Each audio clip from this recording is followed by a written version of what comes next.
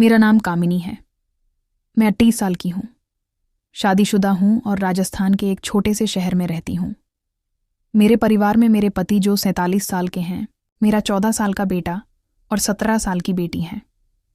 मेरे पति एक नौकरी पेशा इंसान हैं, लेकिन पिछले 8 साल से उन्हें अस्थमा है। इस वजह से ज़रा सा भी शारीरिक काम करने पर उनकी सांसें उखड़ने लगती हैं।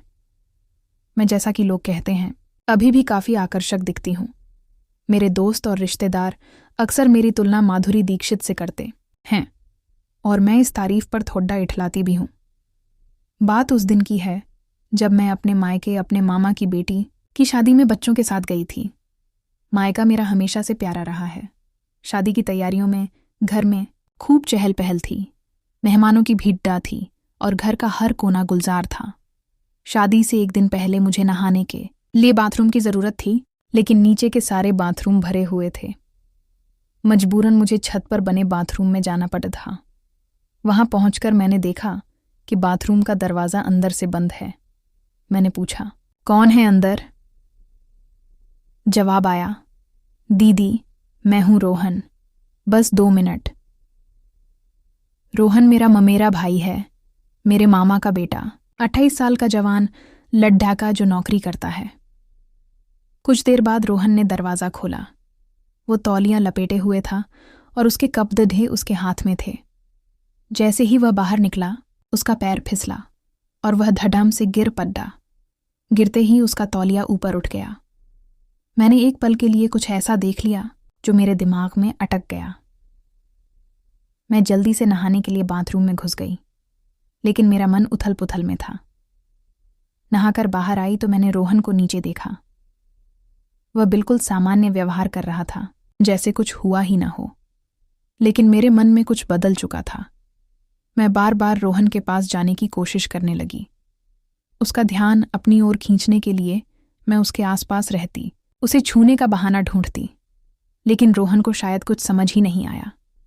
उसकी सादगी और अनजानापन मुझे और बेचैन कर रहा था। मैं उस पल को भूल नहीं पा रही थी। शादी बड्ढे धूमधाम से हो गई। 2 दिन बाद घर के बड्ढे लोग मामा की बेटी को पहली बार उसकी ससुराल छोड़ने गए। घर में अब कुछ मेहमान, महिलाएं, मेरे बच्चे और रोहन ही बचे थे। शादी की भागदौड़ के बाद अब घर में थोड़ी शांति थी। शाम के 8 बजे खाना खा लिया था।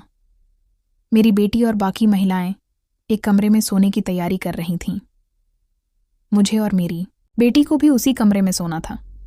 मेरा बेटा दूसरे कमरे में पलंग पर लेटा टीवी देख रहा था। वह वहीं सोता है। रोहन खाना खाकर बाहर घूमने चला गया था। मैं अपने बेटे के पास गई और उसके बिस्तर पर आधा लेट कर टीवी देखने लगी। रात के 9 बजे रोहन वापस आया। मुझे देखकर वह मुस्कुराया और बोला, क्या देख रही हो दीदी? मैंने कहा, कहानी घर घर की।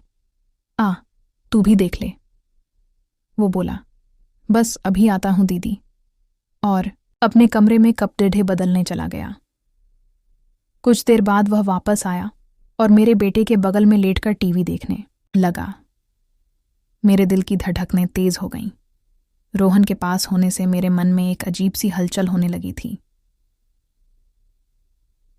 रात के 10 बज रहे थे।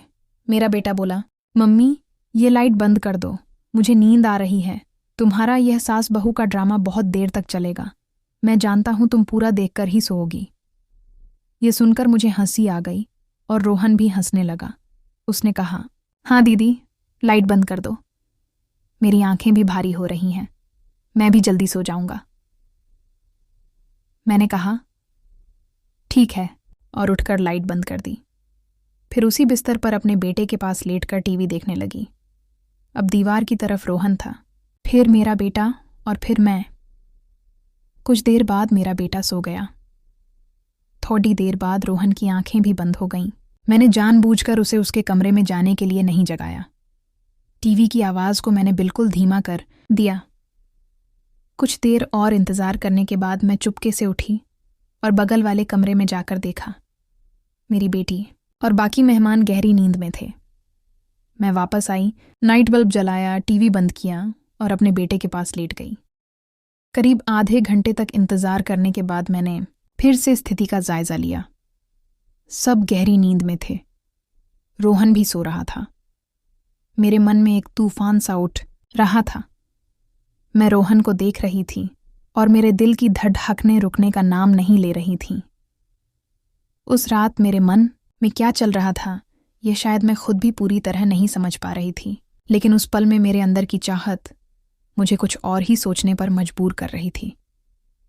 उस रात जब घर में सन्नाटा पसरा था और नाइट बल्ब की हल्की रोशनी कमरे को एक रहस्यमयी सा माहौल दे रही थी, मेरा मन बेकाबू हो रहा था। रोहन गहरी नींद में था। उसकी सांसें एक समान चल रही थीं। मेरा बेटा भी पास में सो रहा था और बगल के कमरे में मेरी बेटी और बाकी मेहमान भी नींद के आगोश में थे। मैं बिस्तर पर लेटी थी, लेकिन नींद मेरी आंखों से कोसों दूर थी। रोहन का चेहरा, उसकी वह मासूमियत और वह अनजाना पल जो मैंने बाथरूम के बाहर देखा था, मेरे दिमाग में बार बार घूम रहा था। मैंने धीरे से करवट बदली और रोहन की तरफ देखा। उसका चेहरा नाइट बल्ब की रोशनी में हल्का हल्का चमक रहा था। मेरे मन में एक अजीब सी बेचैनी थी। मैं जानती थी कि जो मैं सोच रही हूं वह गलत है। मैं एक शादीशुदा औरत हूं, 2 बच्चों की मां हूं और रोहन मेरा ममेरा भाई है।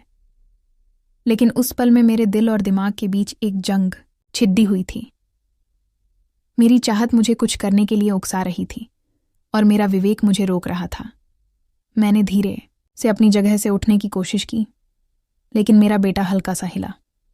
मैं रुक गई। डर के मारे मेरी सांस थम सी गई।